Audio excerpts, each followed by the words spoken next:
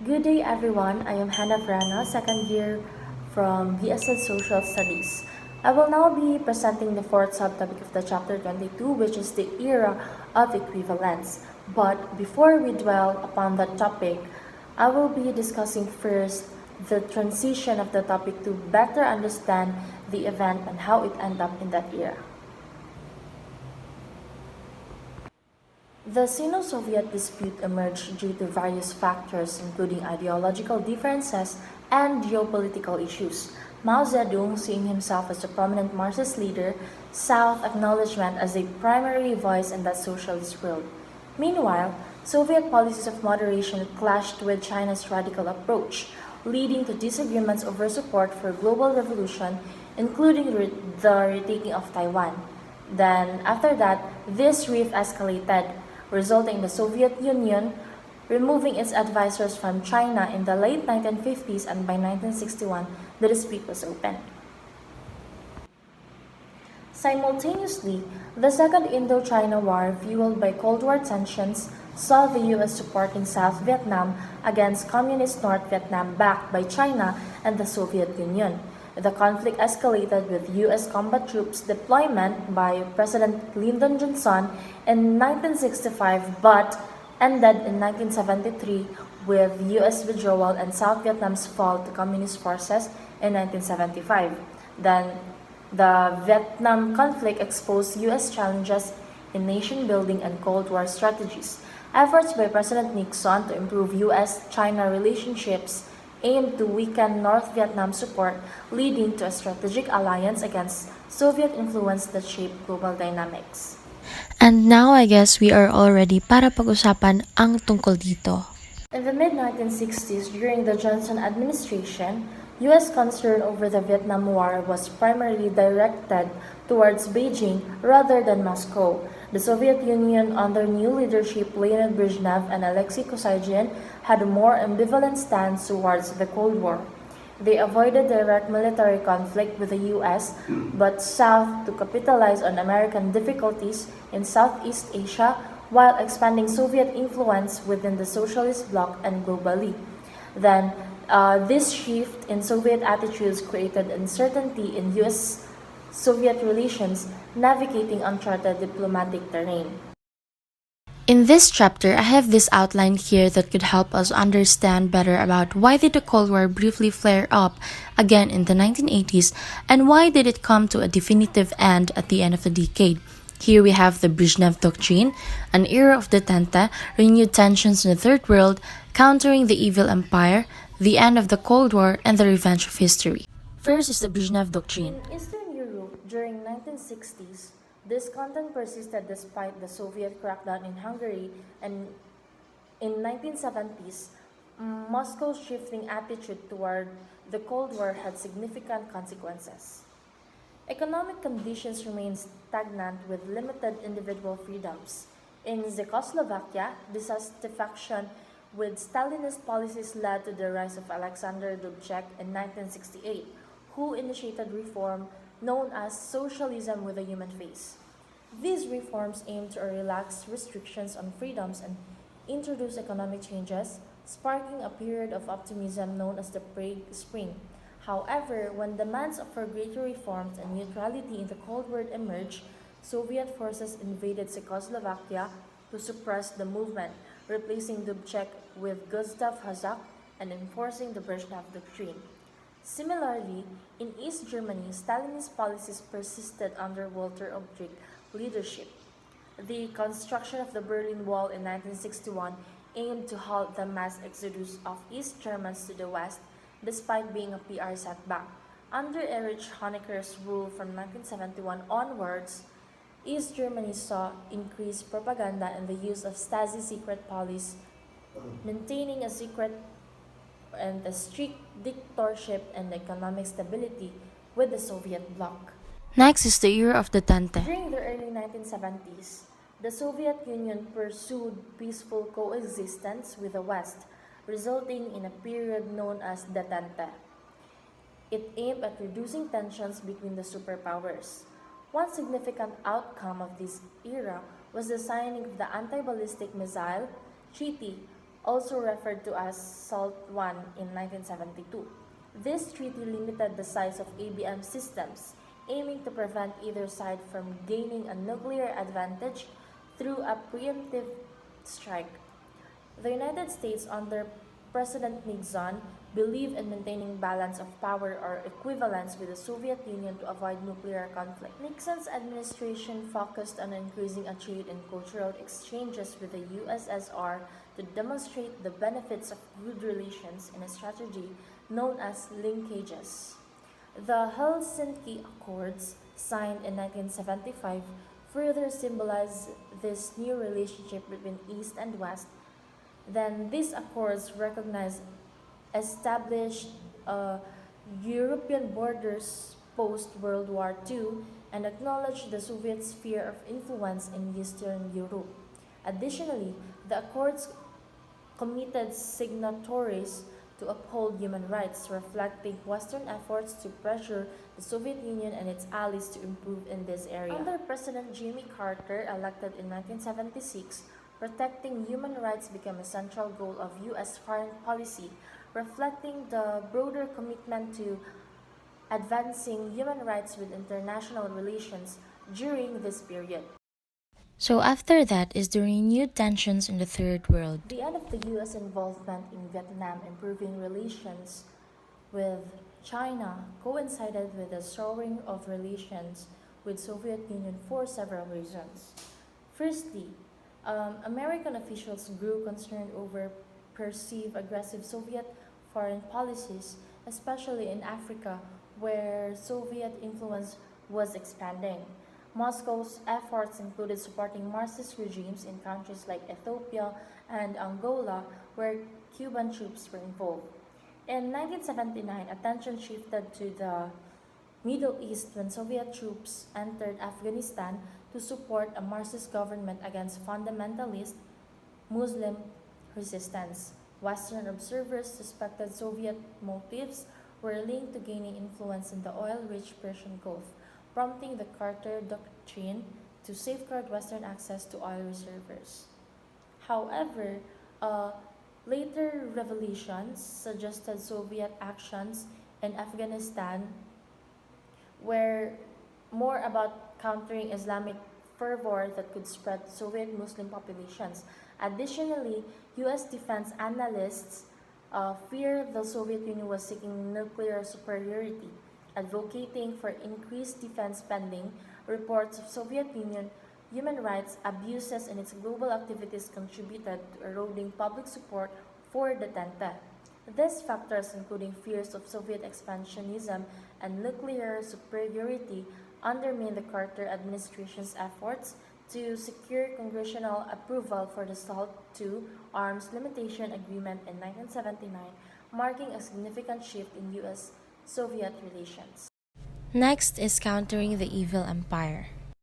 The countering of the evil empire refers to President Ronald Reagan's aggressive stance against the Soviet Union during the early 1980s. Reagan famously referred to the Soviet Union as an evil empire and implemented policies aimed at challenging Soviet influence globally. These include a significant military build-up to counter perceived Soviet advantages and strategic weaponry such as the introduction of advanced weapons like nuclear chip cruise missiles. Reagan also championed the Strategic Defense Initiative or SDI, which aimed to develop a space-based missile defense system to neutralize incoming missiles. Additionally, Reagan supported anti-communist forces in regions like Central America, like Nicaragua and El Salvador, and provided covert assistance to anti-Soviet insurgents in Afghanistan. Overall, Reagan's aggressive approach to countering the Soviet Union ay nag-contribute para lumala or nag-heighten yung Cold War tensions but ultimately played a role in the eventual collapse of the Soviet Empire. And because of that, it came to a period which is the end of the Cold War. In the mid-1980s, Mikhail Gorbachev assumed leadership in the Soviet Union, recognizing the urgent need for economic and political reform due due to the severe decline. Gorbachev introduced perestroika, or the what we call restructuring, to rejuvenate the Soviet system, aiming to improve relations with the West. His meeting with the President Reagan in Reykjavik signaled a shift towards cooperation, setting aside ideological differences. Then, in Czechoslovakia, dissent against communist repression grew, culminating in the collapse of Gustav Hazak's government in 1989. Václav Havel, a prominent dissident, emerged as a leader following massive demonstration and assumed power. In East Germany, economic woes and oppression under Erich Honecker's regime ignited widespread protests. The decision to open the Berlin Wall on November 9, 1989, marked a turning point symbolizing the end of the Cold War division. The dismantling of the wall led to reunification talks between East and West Germany.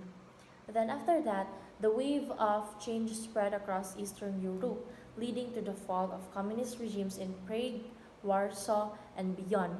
Finally, in 1991, the dissolution of the Soviet Union into 15 independent nations marked the definitive end of the Cold War era, altering the global landscape significantly.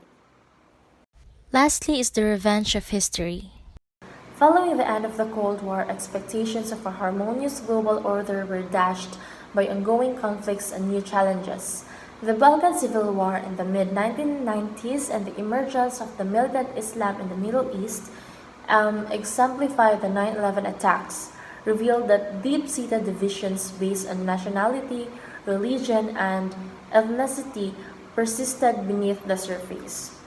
Recent years have seen heightened tensions in US and China relations and conflicts such as Russia's actions in Ukraine, hinting at a potential resurgence of Cold War dynamics. Additionally, the global issues like environmental threats, economic inequality between nations, and migration-driven tensions are re-emerging as significant concerns. The world's complex realities suggest that historical fault lines remain active, undermining hopes for sustained peace and cooperation following the Cold War's conclusion. These topics will be explored further in subsequent chapters, examining the ongoing challenges to global stability and order. And that's how chapter 26 end. So let's now proceed to the next chapter, which is the chapter 27 entitled Brave New World, Communism and Trial. And this chapter is also chunked by a few subtopics which can help to better understand the whole coverage. The first subtopic is the post-war Soviet Union. At the end of the World War II, the Soviet Union emerged as one of the world's two superpowers, with Joseph Stalin as its leader. Stalin and the Soviet Union gained significant territorial control, including Eastern Europe, much of the Balkans, and new territories in East Asia obtained from Japan. This expansion positioned Stalin and the Soviet Union as influential global powers following the war. Here we have the post-war Soviet Union, which is also divided with periods. First is the from Stalin to Khrushchev. Second is the Brezhnev years. Third is the cultural expression in the Soviet Union. And fourth is the social changes. From Stalin to Khrushchev. Following World War II, the Soviet Union was severely affected, with around 20 million citizens losing their lives, and major cities like Kiev, Kharkov, and Leningrad suffering extensive physical damage. After the war, the Soviet government focused on rebuilding the economy of the territories liberated from German occupation.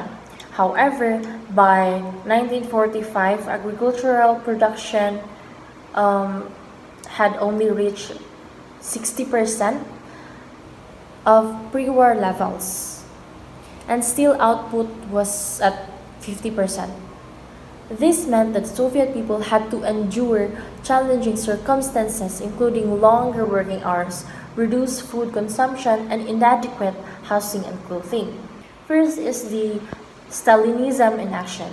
Stalin's post-war economic strategy prioritized rapid industrial growth through harsh labor conditions and minimal consumer benefits, focusing on exporting goods for Western technology. Domestically, living conditions were challenging with scarce consumer goods and inadequate housing. Internationally, Stalin emphasized military and technological advancement to boost Soviet prestige, but maintained control through fear and purges of rivals within his inner circle. Mm. His death in 1953 triggered leadership struggles, leading to Nikita Khrushchev's eventual rise and a shift away from Stalinist authoritarianism. The rise and fall of Khrushchev. Um, Nikita Khrushchev's rise in Soviet policies involve strategic maneuvering, emphasizes defense and heavy industry. However, upon assuming power, he shifted towards detente with the West and improving living standards, implementing economic reforms like decentralization and modernizing agriculture. The Stalinization was Khrushchev's policy of denouncing Stalin's excesses, releasing political prisoners, and aiming to reduce repression and restore political and cultural openness in the Soviet Union. His de-Stalinization efforts faced resistance, and his erratic behavior and foreign policy missteps led to his ousting in 1964 during a vacation, paving the way for Brezhnev's leadership.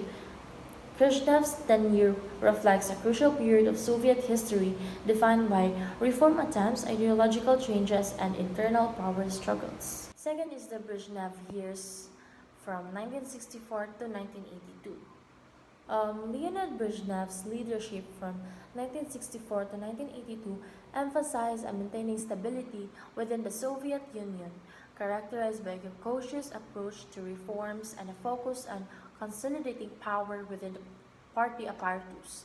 Brezhnev's leadership in the Soviet Union emphasized continuity over reform, focusing on de-Khrushchevization by centralizing planning and reasserting party control. The Kazakhian reforms aimed at granting factory managers more autonomy, faced bureaucratic resistance, and had limited impact on the overall Soviet economy. Um, so in general or overall, Brezhnev's tenure was defined by a conservative stance aimed at preserving stability and the status quo within the Soviet Union, characterized by incremental adjustments rather than sweeping reforms. A controlled society. Brezhnev's era in the Soviet Union saw a retreat from Khrushchev's de-Stalinization policies, with the revival of Stalin's reputation and a crackdown on dissent. This period was marked by increased restrictions on free expression, including harassment of dissidents like Andrei Sakharov and forced exile of writers like Alexander Solzhenitsyn. Anti-Semitic policies resurfaced, along with controls on organized religion and media censorship. The government also enforced strict controls on exposure to foreign ideas, especially in art, literature, and music. Conformity to state ideology was pervasive across society, reflecting a focus on law and order inherited from the Tsarist period, with the individual freedom subordinated the state interest and as enshrined in the Soviet Constitution. This oppressive political atmosphere contrasted sharply with the norms of Western democracies. A stagnant economy. Under Brezhnev, the Soviet economy experienced significant decline compared to Khrushchev's era, with industrial growth dropping to less than 4% annually in the early 1970s and below 3% from 1975 to 1980. Agricultural progress stalled after reaching nearly 200 million tons of grain production in the 1970s. The lack of incentives led to low productivity, with centralized planning stifling competition and innovation. Q psychology caused inefficient waits for scarce goods, and a thriving black market operated due to shortages.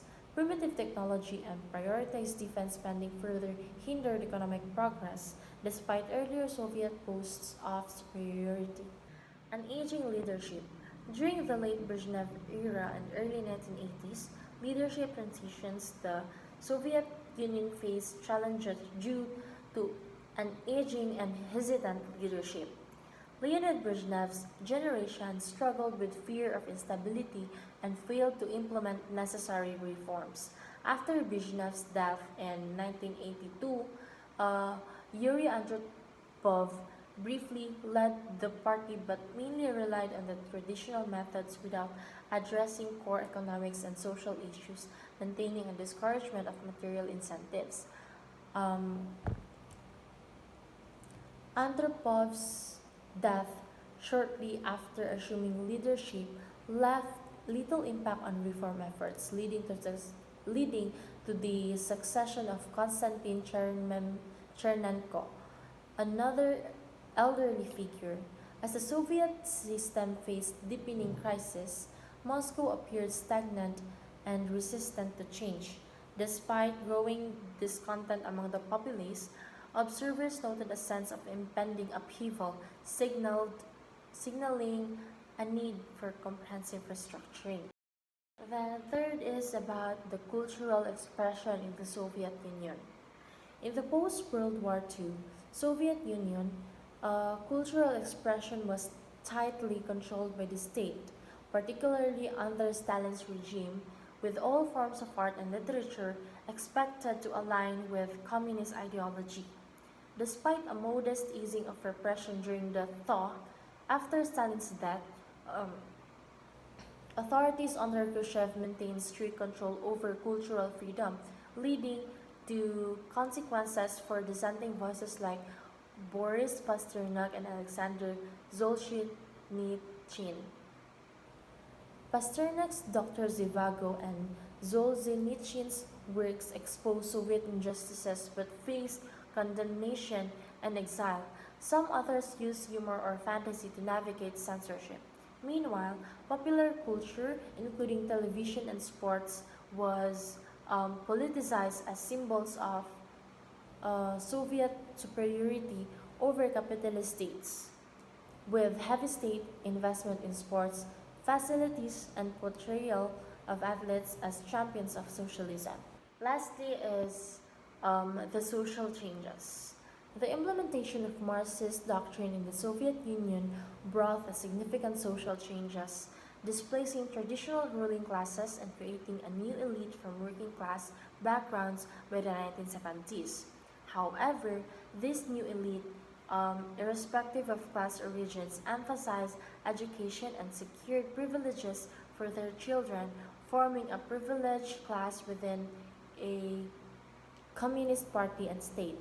Despite rhetoric and gender equality, men continued to dominate leadership roles while women faced unequal pay and double shift of work with both professional roles and traditional household responsibilities.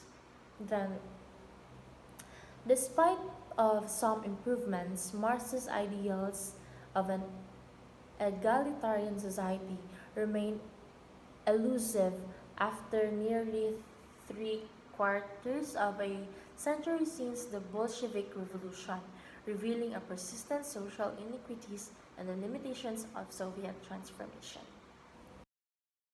So that's the end of my topic. Hope you guys understand something about throughout my discussion so that it will be easy for you to understand as well the next topic that will be discussed by my groupmates. Again, this is Hannah Verano and have a good day.